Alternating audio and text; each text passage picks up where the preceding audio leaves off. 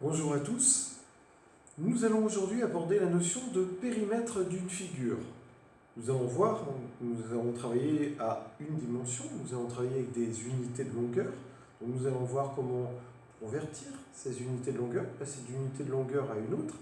Et nous allons voir aussi comment calculer concrètement le périmètre d'une figure. Alors déjà, première question, qu'est-ce que le périmètre d'une figure? Le périmètre d'une figure, c'est la longueur du contour de cette figure. On passe au concret. Donc, comme je vous ai dit, première chose, il va falloir convertir, il va falloir savoir passer d'une unité de longueur à une autre.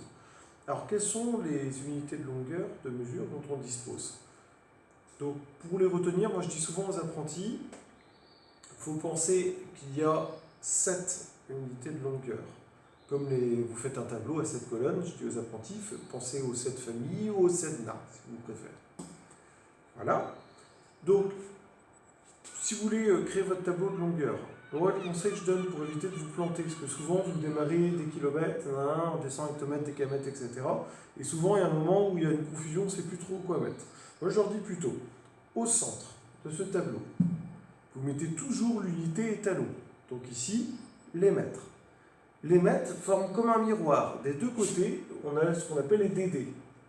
D'un côté, les décamètres, de l'autre côté, les décimètres.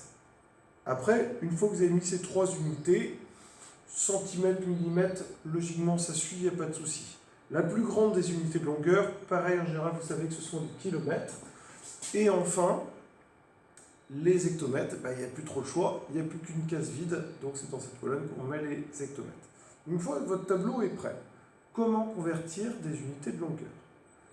Alors, il y a deux cas de figure. Le cas où vous devez convertir au départ un nombre entier, le cas où vous devez convertir un nombre décimal.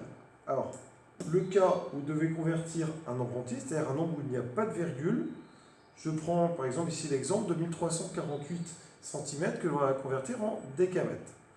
Quand on va placer ce nombre-là dans le tableau, par quoi doit-on absolument commencer? On doit absolument commencer par mettre le chiffre des unités, c'est-à-dire le chiffre le plus à droite. D'ailleurs, on l'appelle chiffre des unités parce que justement, comme son nom l'indique, il se place sous l'unité de départ. Donc je vais mettre le 8 sous les centimètres. Une fois que j'ai mis ce nombre-là, je remonte et je place les autres chiffres, un par colonne, en allant vers la gauche. Le 4, le 3 et le 1. Une fois que ce nombre est placé, et je dis bien seulement une fois que ce nombre est placé, seulement maintenant, on regarde qu'est-ce qu'on veut à l'arrivée. À l'arrivée, je veux des décamètres, donc je vais mettre ma virgule au décamètre. Je la mets où au décamètre? Ça sera valable pour tous les types de conversion, unité de longueur, unité d'air, unité de volume, toujours frontière droite de l'unité d'arrivée. Donc je mets une virgule, frontière droite de l'unité d'arrivée, c'est-à-dire frontière droite des décamètres. Et une fois que j'ai fait ça, il n'y a plus qu'à lire le résultat, c'est-à-dire ici 1,348. Donc là, on est bien d'accord, on était sur le cas d'un nombre entier au départ. Maintenant, dans le cas où je suis sur un nombre décimal, c'est-à-dire un nombre qui comprend une virgule. Par exemple, ici, 0,0025 hectomètres que je souhaite convertir en décimètres. Je commence par placer ma virgule, c'est elle qui va être prioritaire. Ce n'est pas le chiffre ici des unités qu'on va placer en premier ou d'autres chiffres. C'est la virgule. Quand on a la chance d'avoir une virgule, c'est elle qui est prioritaire, c'est elle qu'on place en premier.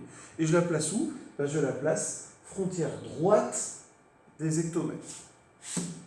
Une fois que j'ai mis ma virgule, après ça va tout seul. Vous n'avez plus qu'à mettre les chiffres de part et d'autre de la virgule pour reconstituer 0,0025 hectomètres, comme je viens de le faire. Et seulement maintenant que vous avez placé votre nombre de départ dans le tableau, seulement maintenant, on va convertir, c'est-à-dire on va déplacer la virgule. Elle était avant aux hectomètres, je la veux maintenant en décimètres. Donc moi, je vous conseille plutôt de la barrer, parce que comme ça, au moins, votre formateur, professeur, tout ce que vous voulez, pourra voir où vous l'avez placé au départ, et voir ensuite où vous l'avez placé à l'arrivée. Donc moi je voulais en décimètres, c'est pour ça que j'ai placé frontière droite des décimètres et j'obtiens donc 2,5 cm. Les zéros qui viennent avant le chiffre des unités, vous pouvez les mettre si vous voulez, mais ça n'apportera rien. Le plus simple, c'est de mettre tout simplement 2,5 à l'arrivée. Voilà pour ce que j'ai à vous dire sur les conversions.